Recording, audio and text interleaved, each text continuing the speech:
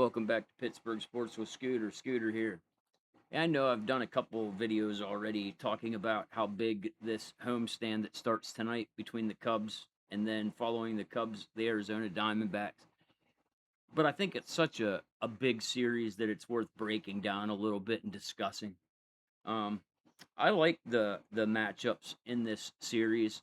The scary part is tonight the Pirates face Boyd. Tomorrow they face, and I'll butcher this name again, but uh, Imanga for the Cubs. Both left-handers. We know the Pirates have struggled against left-handed pitching, um, and that's why I came up with a lineup that I think we should put out there tonight. Some of you are going to disagree, but I think it's important. So, leading off tonight, I'd have Mangum. He's done a good job in that leadoff spot. I think I'd have Nicky G and Nick Gonzalez batting second, Reynolds third, Valdez cleanup, Ryan O'Hearn in the 5 spot.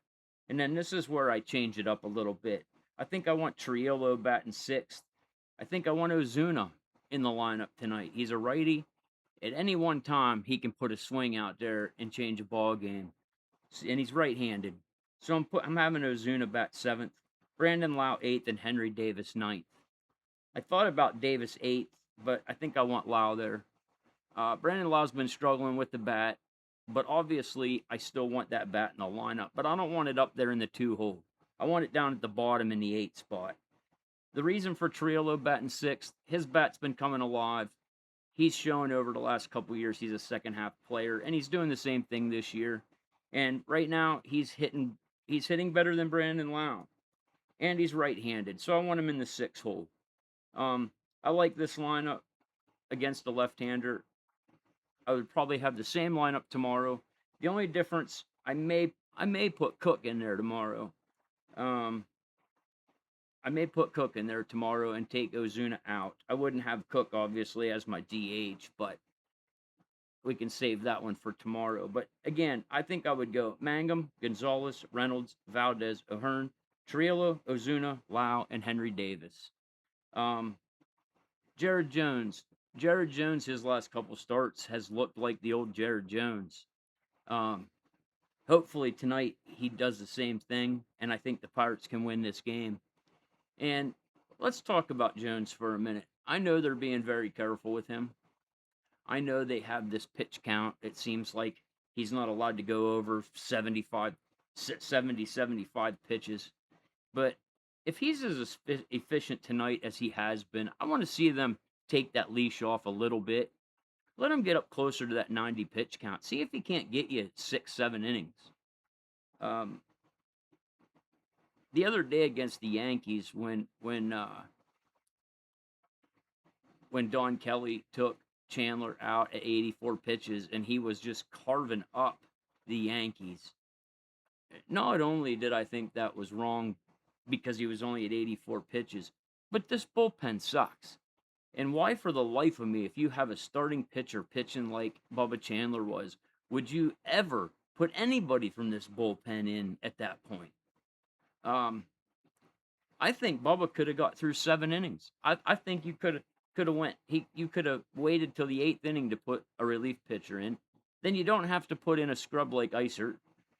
And maybe the Pirates win that game. Granted, the offense didn't score any runs. I get all that. But you want to keep it at 0 as long as possible. And I just thought that was a stupid move. So until when and if the Pirates start to fix this bullpen for real, you need to let these starters go a little longer. Screw pitch count, screw innings. Right now, if your starting pitcher's on fire, you leave them in there as long as you possibly can, so that you don't have to put people like Isert into the game. Analytics are just information. It doesn't mean you have to follow it. I remember old school baseball, man, when managers went with their gut. A good manager has a feel for a game. And I love Don Kelly. I think he's a good coach. But I'm not sure if Don Kelly has a feel for the game. If you'd have asked me that question 2 months ago, I would have said he does. But after watching him for the season, I'm just not sure. He either doesn't have the feel or people above him won't let him go on feel. And either way, that's a problem. So, this is an enormous series the Pirates are going into. They can't falter now. If they falter at this point, that will give this organization an excuse not to do anything big and fix this bullpen. They've got to continue to play good baseball. I feel like this next 10 days, 11 days, whatever it is, it's sink or swim.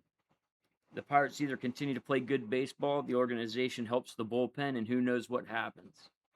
If they falter and they go into a slump here, I don't see anything happening at the trade deadline except the Pirates selling instead of buying.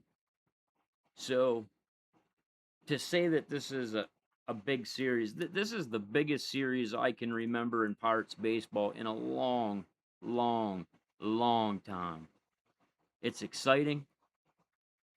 It's scary. It's fun. And let's see if it's finally the Pirates' time to show. This team is capable of winning baseball games. The bullpen makes it hard to go on a long run, but if they're going to put it together at any time, this next 10, 11 days is the time the Pittsburgh Pirates need to put it together. This is the time the Pirates need to go on that 6, 7, 8 game winning streak. So let's see what happens. Fun times ahead. I hope you like this video. If you do, hit like and subscribe. And until next time, and as always, let's go Bucks.